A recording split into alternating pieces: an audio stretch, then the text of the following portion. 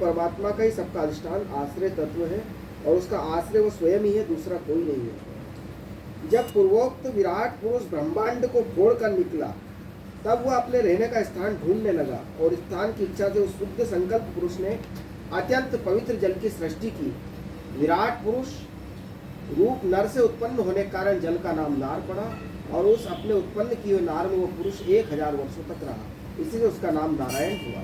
वो नारायण भगवान की कृपा से द्रव्य, कर्म, काल, स्वभाव और जीव आदि की सत्ता है और उनकी उपेक्षा कर देने पर और उस किसी का अस्तित्व नहीं रहता है। उन अद्वितीय भगवान नारायण ने योग निद्रा से जगकर अनेक होने की इच्छा की, तब अपनी माया से उन्होंने अखिल ब्रह्मांड के बीज स्वरूप अपने स्वर्णमय वीर्य को 3 भाग में विभक्त कर दिया। अधिदेव, अध्यात्म और अधिभूत। परीक्षित, विराट पुरुष का एक ही वीर्य 3 भागों में कैसे विभक्त हुआ सो सुनो। विराट पुरुष के हिलने डोलने पर उसके शरीर में रहने वाले आकाश से इंद्रिय बल, मनोबल और शरीर बल की उत्पत्ति हुई। उनसे इन राजा, सबका राजा प्राण उत्पन्न हुआ। जैसे सेवक अपने स्वामी राजा के पीछे पीछे चलते हैं, वैसे ही सबके शरीर में प्राण के प्रबल रहने पर ही सारी इंद्रियां प्रबल रहती हैं और जब वो सुस्त पड़ जाता है तब सारी इंद्रियां भी सुस्त हो जाती हैं। जब प्राण जोर जोर से आने जाने लगा तब विराट पुरुष को भूख प्यास का अनुभव हुआ। खाने पीने की इच्छा करते ही सबसे पहले उसके शरीर से मुख प्रकट हुआ, मुख से तालु हुआ, तालु से रसनेन्द्रिय प्रकट हुई। इसके बाद अनेकों प्रकार के रस उत्पन्न हुए जिन्हें रसना ग्रहण करती है। जब उसकी इच्छा बोलने की हुई तब वाक इंद्रिय और उसके अधिष्ठात्र देवता अग्नि और उनका विषय बोलना हुआ, ये तीनों प्रकट हुए।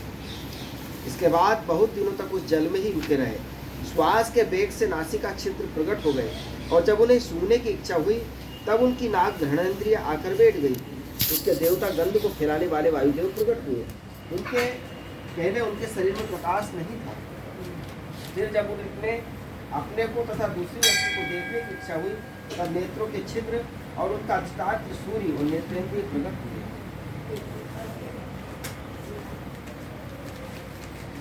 इन्हीं से इससे पहले उनके शरीर में प्रकाश नहीं था। फिर जब उन्हें अपने को तथा दूसरे वस्तुओं को देखने की इच्छा हुई तब नेत्रों के छिद्र, उनका अधिष्ठात्र सूर्य और नेत्रेंद्रिय प्रकट हो गए। इन्हीं से रूप का ग्रहण होने लगा। जब वेद रूप ऋषि विराट पुरुष को स्तुतियों के द्वारा जगाने लगे तब उन्हें सुनने की इच्छा हुई। उस समय कान और उनके अधिष्ठात्र देवता दिशाएं और श्रोत्रेंद्रिय प्रकट हुई, इसे शब्द सुनाई पड़ा। जब उन्होंने वस्तुओं की कोमलता, कठिनता, हल्कापन, भारीपन, उष्णता और शीतलता आदि जाननी चाहिए तब उनके शरीर में चर्म प्रकट हुआ। पृथ्वी में से जैसे वृक्ष निकल आते हैं उसी प्रकार उस चर्म में रोए पैदा हुए और उसके भीतर बाहर रहने वाला वायु भी प्रकट हो गया। स्पर्श ग्रहण करने वाली त्वचा, इंद्रियां भी साथ साथ शरीर में चारों ओर लिपट गई। इससे उन्हें शरीर स्पर्श का अनुभव हुआ। जब उन्हें अनेक प्रकार के कर्म करने की इच्छा हुई तब उनके हाथ उभाए। उन हाथों में ग्रहण करने की शक्ति, हस्तेंद्रिय और उनके अधिदेवता इंद्र प्रकट हुए। दोनों के आश्रय से होने वाला ग्रहण रूप कर्म भी प्रकट हो गया। जब उन्हें अभीष्ट स्थान पर जाने की इच्छा हुई तब उनके शरीर में पैर उग आए। चरणों के साथ चरण इंद्रिय के अधिष्ठात्र रूप में वहाँ स्वयं यज्ञ पुरुष भगवान विष्णु स्थित हो गए। उन्हीं में चलना रूप कर्म प्रकट हुआ। मनुष्य इसी चरण इंद्रिय से चलकर यज्ञ सामग्री एकत्रित करते हैं। हमारा जो शरीर है ये सब इसी प्रकार से प्रकट हुआ है। सबसे पहले जब प्रकट हुआ इसी प्रकार से हुआ है। और सबके देवता हैं, जैसे हाथों के इंद्र हैं और पैरों के विष्णु हैं। इसलिए हम किसी के पैर पढ़ने का विधान इसलिए, भगवान विष्णु पैरों में वास होता है उनका, इसलिए पैर पढ़ने का विधान बताया है। और हाथ में इंद्र रहते हैं, उनके अधिष्ठात्र देवता है इंद्र और कर्म देवता अलग हैं और ग्रहण करने की शक्ति। इस प्रकार से 3 देवता का विराजमान इनमें होता है। संतान, रति और स्वर्ग भोग की कामना होने पर विराट पुरुष के शरीर में लिंग की उत्पत्ति हुई और उसमें उपस्थेंद्रिय और प्रजापति देवता तथा इन दोनों के आश्रय लेने वाले काम सुख का भी आविर्भाव हुआ। जब उन्हें मल त्याग की इच्छा हुई तब बुध द्वारा प्रकट हुआ। तत्पश्चात उसमें वायु इंद्रिय और मित्र देवता उत्पन्न हुए। इन्हीं दोनों के द्वारा मल त्याग की क्रिया संपन्न हुई। यहाँ पे भी देवता है।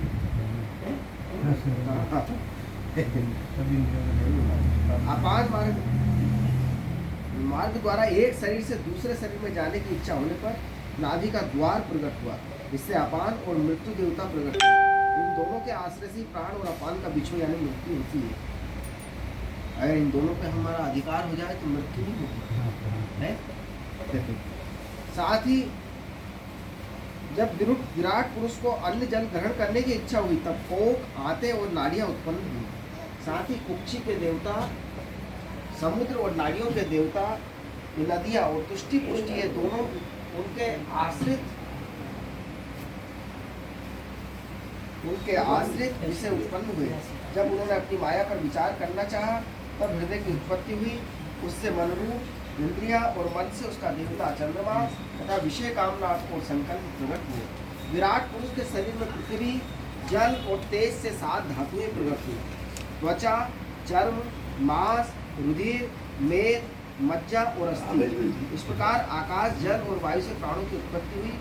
सूत्रादि सब इंद्रियां शब्द आदि विषयों को ग्रहण करने वाली हैं और विषय अहंकार से उत्पन्न हुए। मन सब विकारों का उत्पत्ति स्थान है। बुद्धि समस्त पदार्थों का बोध कराने वाली है। और मेरे भगवान के इस स्थूल स्वरूप का वर्णन तुम्हें सुनाया। ये बाहर की ओर से पृथ्वी, जल, तेज, वायु, आकाश, अहंकार, महत्त्व, प्रकृति है। इन 8 आवरणों से घिरा हुआ है। इससे अलग भगवान का अत्यंत सूक्ष्म रूप है। वह अव्यक्त है, निर्विशेष है, आदि और मध्य है, अंत से रहित है, नित्य है। वाणी और मन की वहां तक पहुंच नहीं है। अब अगर इस विषय को हम अपनी मति के हिसाब से समझना चाहें तो यथार्थ में देखा जाए तो भगवान ने बड़ा अद्भुत शरीर बनाया है। अब आप कहेंगे कि अद्भुत कैसे?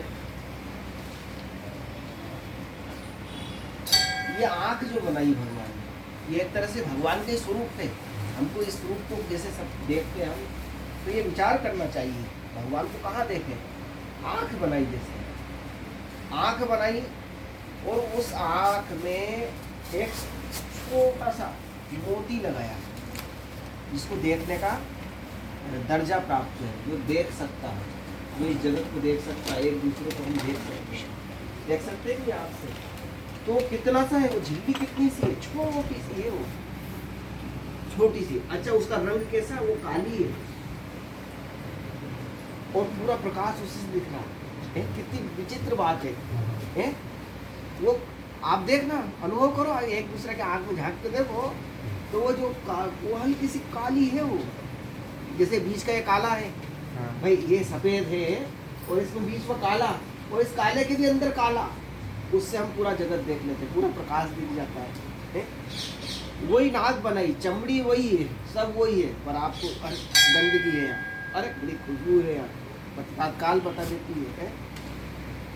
वायु कितनी भी ठंडी हो पर हमारी नाक में जब जाती है तो उसमें एसी लगा हुआ है। शरीर को कैसी वायु चाहिए, इसलिए मुंह से मना करते हैं सांस लेने को, क्योंकि मुंह में एसी नहीं लगा ऐसा कि जो गर्म और ठंडा कर देगा। नाक में एसी लगा है पूरा, तो आपको इतनी जल्दी ठंडी और गर्म करता है शरीर के हिसाब से कि भाई शरीर को कैसी चाहिए। जैसे ठंड में पहुँच गए तो ठंडी ठंडी वायु मिलेगी, अब शरीर को गर्म वायु चाहिए तो गर्म वायु तत्काल कर देता। वहाँ पे एक फिल्टर लगा हुआ है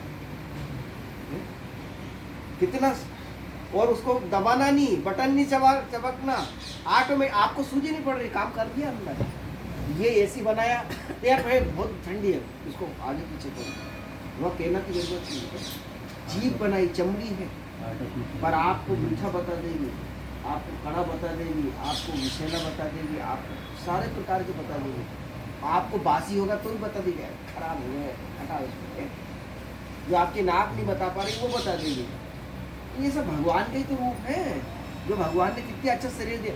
इसके बाद आप पेट में डालते हो, बताइए वहाँ हवा का कोई स्थान है अंदर, और उसमें वो सड़ जाता है।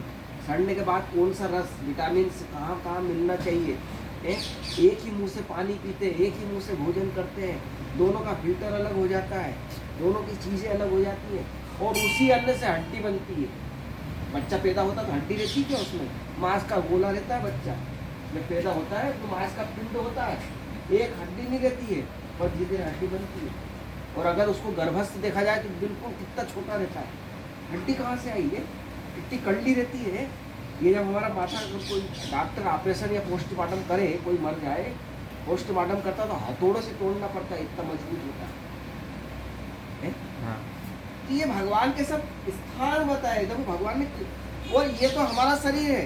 अगर हम पृथ्वी में देखें तो देखो एक ही मिट्टी है, एक ही वायु है, एक ही प्रकाश है, पर किसी बीज को बोते हैं तो बिल्कुल गन्ना निकलता है, और किसी बीज को बोते हैं तो मिर्ची जैसी कड़वाहट रहती है, चिड़चिड़ाहट रहती है, अरे मुंह जल गया। उसी पृथ्वी से वो आई है। उस मिट्टी में कहाँ से वो आ गया, मिठास आ गई, कहाँ से कड़वापन आ गया। करेला देखो आप, उसी मिट्टी में हो रहा है, उसी मिट्टी में आम हो रहा है। आप प्रभु की प्रकृति देखो, और तो और देखो आप, उसी जमीन में वो पेड़ उग रहा है, और पुष्प उसका देखो तो एकदम गुलाबी है। देखो ये रंग कौन नहीं दिया उसको, हरा छम है वो, उसको पूरा काट पीट के एक तरफ कर दो, ऐसा गुलाबी रंग मिलेगा उसको नहीं। मैं तो उसको बांट दिया जाए, इसके बाद उसकी टेक्निक से भी निकालो कहीं ना कहीं कि इसमें लाल रंग निकले, कि ये रंग कहाँ से आया, तो उसका फूल एकदम लाल आता है। ये कौन कर रहा है? ये प्रकृति किसकी है? कितनी सुंदर है प्रकृति, बिल्कुल उसमें तारतम्य। आप और हम बिल्कुल सफेद दूध पिलाओ आप आदमी को, पर उसका कभी नस में छेद में सुई छिदाना तो कहना कि इसका खून निकालो, लाल आता वही है कि नहीं। प्रत्येक चीज भगवान की देखो तो चमत्कार है। आदमी समझ में नहीं आ रहा क्योंकि वो मिल गया, स्वाभाविक रूप से मिल गया है। हमको कब किसको क्या जवाब देना चाहिए, प्रेरणा भी है, कब किसके साथ क्या व्यवहार, ये सारी चीजें हमारे दिल दिमाग में सब में बैठाई गई है।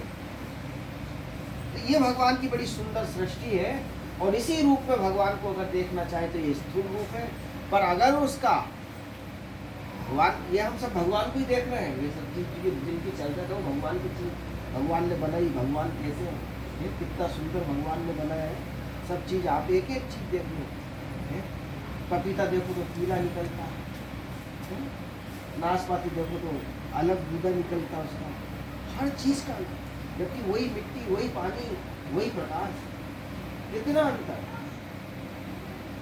अगर हमको कोई जल में ले जाए तो डूब जाएंगे, मछली को जल से निकालो तो मर जाएगी,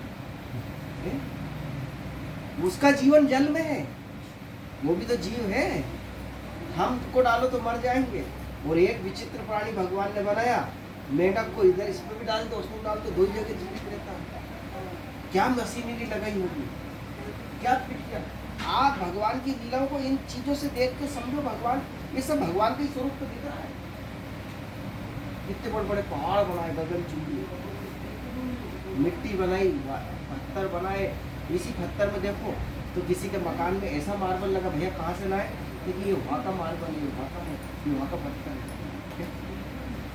तो यही भगवान की लीला है, ये भगवान की वो है। तो ये भगवान का स्थूल स्वरूप है, और सूक्ष्म शरीर हर किसी को नहीं दिखता है, ये भगवान का ही रूप है, ये प्रकृति सब रूप। इसीलिए तो भजन में कहा गया है, सब देश में तू, सब भेष में तू, तेरे रूप अनेक तू एक ही है। सब देश में तू, सब भेष में तू, तेरे रूप अनेक तू एक ही है।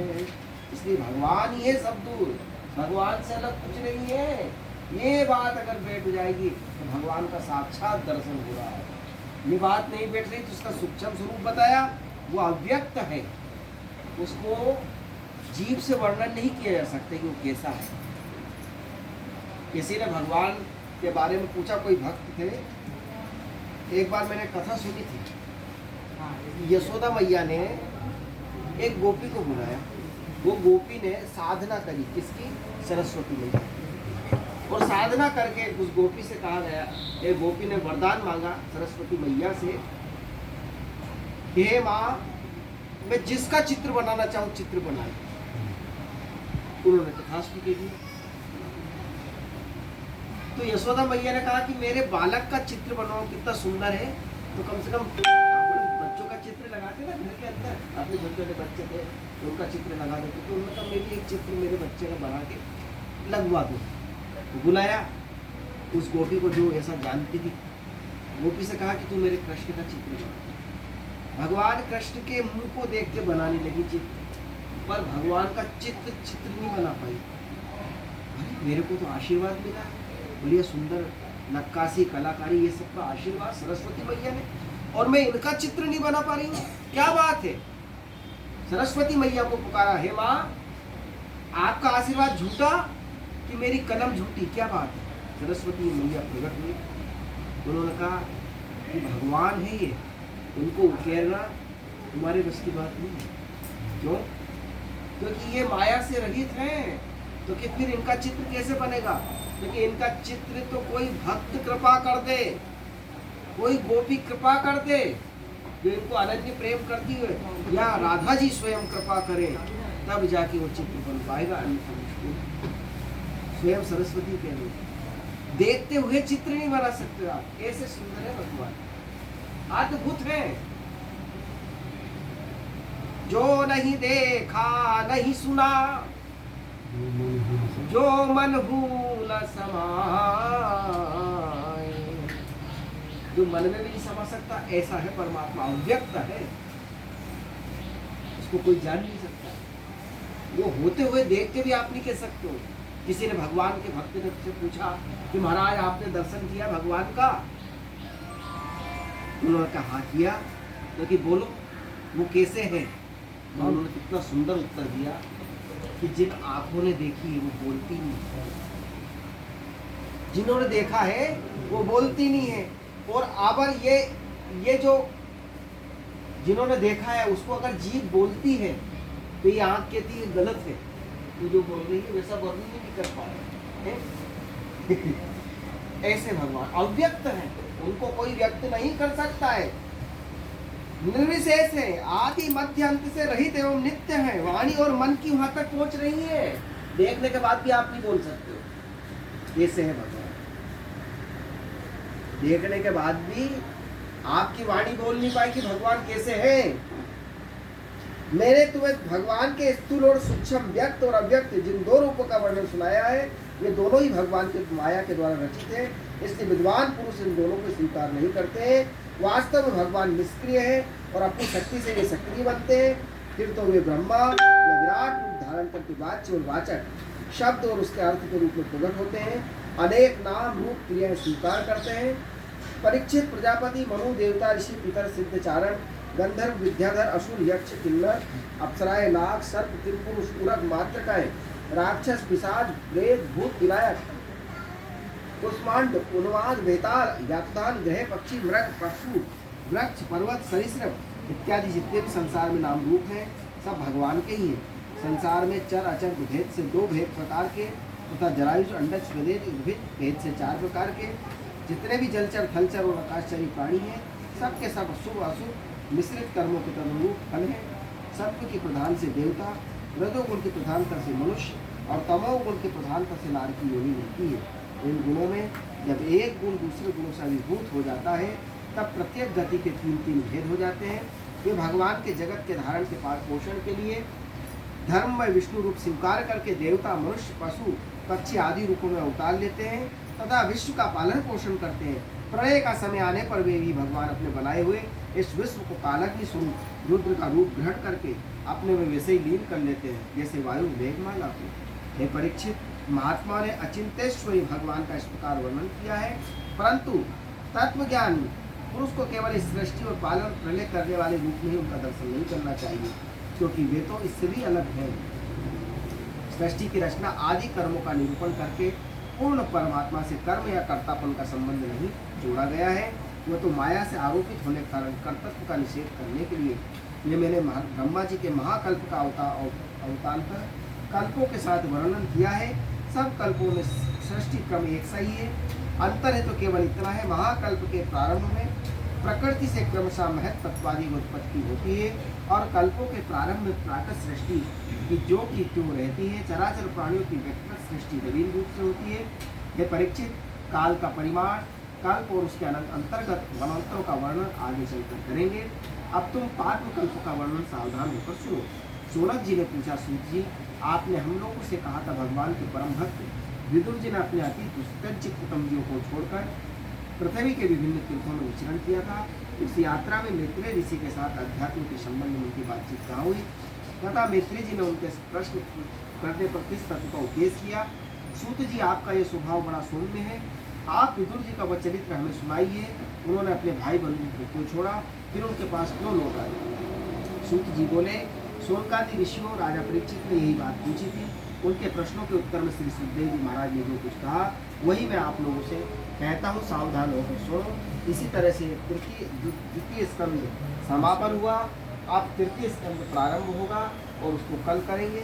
इसी के साथ अपनी वाणी को विराम करेंगे। जय श्री राम। बोलिए सियावर रामचंद्र चंद्र भगवान की जय।